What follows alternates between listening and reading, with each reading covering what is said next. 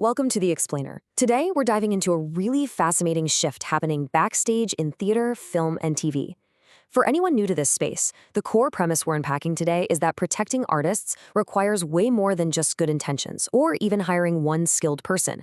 It requires the texture-ready standard. We're going to look at why intent alone simply isn't enough, and why actual infrastructure is the only thing that truly keeps performers safe. Let's get right into it. To really grasp the problem, we need a complete reframe. Picture this. You drop a world-class surgeon into an operating room, but there's no sterilization protocol, no prepped instruments, no support staff, and zero time built into the schedule. That surgeon is absolutely going to fail the patient. But the problem was never the surgeon, right? It was the room. The room itself was not equipped for success. And in the entertainment industry, when it comes to supporting performers with textured hair, we have basically been blaming the surgeon while completely ignoring the broken room. So a lot of this comes down to how we define a single word: qualified. Historically, entertainment contracts require productions to provide qualified personnel for hair and makeup. But what does that actually mean? Well, qualified isn't just a person with a cosmetology license, especially since in many states, you can get that license without ever being tested on textured hair. Truly being qualified means the entire production room is equipped with the infrastructure, the budget, and the systems to support that professional. We have to move the burden from the individual right back onto the system itself. Part 1. The scope of the problem, decades of afterthought. Before we get into specific examples, we kind of need to understand the sheer scale of this. The scope of this problem is massive, and it spans decades of afterthought across the entire industry. We're talking about the quiet burdens that Black performers have borne for years. Across theater, film, and TV, textured hair has routinely been treated as an exception, or a literal last-minute scramble to solve 5 minutes before call time. Performers frequently show up to find no one who understands their hair. They're asked to do it themselves, they suffer completely avoidable hair damage, and honestly, they're made to feel like they are the problem. For a very long time, the industry just papered over these operational realities with diversity statements and casting wins, while the systems backstage remained totally broken. Which brings us to this incredibly profound reality. An anti-racism statement doesn't braid hair. Seriously, let that sink in for a second. An anti-racism statement doesn't braid hair. It's a huge turning point when you realize the massive gap between an institution's good intentions and its actual backstage capacity. A pledge is not a protocol. You can have the best intentions in the world, but if the operational standard isn't there, the performer is left totally unprotected. Part 2, Case Study A, What Breaks Without a Standard? Let's look at exactly what happens when that system is absent through a public case study. Ike Imamura versus ART, the American Repertory Theater. If we look objectively at the publicly filed complaint, we can actually map the structural gaps directly to human costs. Because there was no defined hair lead role and no formal consent process in place, an unqualified backstage dresser was assigned to do the work. And because there was no consent process, there were no documented boundaries before a style change was made. This isn't about assigning individual blame, right? It's about seeing how a lack of infrastructure creates the perfect storm for things to just fall apart. Harm usually doesn't happen in a single moment. It builds. According to the complaint, this started with a compressed 4.5-week schedule. On the day of the install, there was an unconsented style change using the wrong synthetic materials, extensions designed for twists which pulled dangerously tight when forced into cornrows. By hour 5, a rebraid that should literally take less than 2 hours was still happening. That is a glaring signal of structural failure.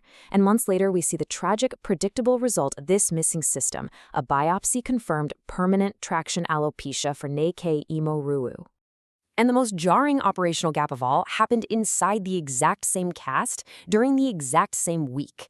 There were two entirely different realities. A white actor who needed hair work was offered a consultation, a list of recommended salons, and styling by a qualified in-house designer. Meanwhile, Miss Imamura was offered an unqualified backstage dresser. When you don't have universal infrastructure for everyone, your production naturally splits into two completely different rooms based entirely on hair type and race. Part 3. Case Study B, What's Possible with a Standard? But there is absolutely a concrete solution. Let's look at the production of Hairspray at Umbrella Arts. This was the exact same kind of production with the exact same potential for failure, but it was built with the texture-ready standard right from day one. These are the 6 domains that turn abstract equity goals into functional working infrastructure. Literacy and fluency ensure a deep knowledge of the hair itself. Architecture and consent ensure the budget, the planning, and the performer's boundaries are documented well in advance. Care ensures performers are actually treated as collaborators, and escalation provides a clear, named pathway for when things inevitably need adjusting. So how did those abstract domains turn into real action on Hairspray? Well, the production had a predetermined hair budget before casting even finished. They used a universal intake and consent form for all 25 performers, meaning boundaries were known, not guessed. They hosted a dedicated salon day on paid rehearsal time with licensed braiders. And crucially, they had a named escalation pathway. If a wig didn't fit right, the actor knew exactly who to tell, long before it became a crisis. The burden was completely lifted off the performers. And what was the outcome of all this prep? Zero. Zero major hair or wig incidents reported across the entire run. And by the way, this was a 25-person cast featuring every hair type on a show with the word hair literally in the title. It became the best-selling production in the theater's history, and it ran so cleanly because the room was prepared. Which brings us to our second massive turning point in this explainer. Representation isn't infrastructure. Putting Black artists on stage or hiring diverse crews means absolutely nothing if the system behind them cannot safely support them and allow them to actually do their work. Casting its artists into the building, sure, but the standard is what keeps them safe once they're there. Part 4. The Metaphor. Building Codes for Productions. Think about it like this. You don't praise a building for having a fire exit, right? It's just the baseline requirement that makes the building safe for human beings to occupy. The texture-ready standard is exactly that. It's the building code for hair on a production. It establishes how Nikkei sets a product standard, not by relying on someone being heroic, but by being reliable and repeatable every single time. It completely removes the reliance on luck, or just crossing your fingers that one individual will somehow figure it out backstage. Part 5. The Stakes. A System, Not Sentiment. Adopting this standard really isn't just a nice-to-have, it is an absolute operational necessity. Without a standard, every single production out there is reinventing the wheel and actively gambling with real people's dignity, safety, and physical health. But with a standard, you are protecting literally everyone in the room. You protect the performers from harm, and you protect the institution itself from the devastating costs of an entirely avoidable crisis. Fixing a decades-old problem requires concrete protocols. It requires a system, not a sentiment.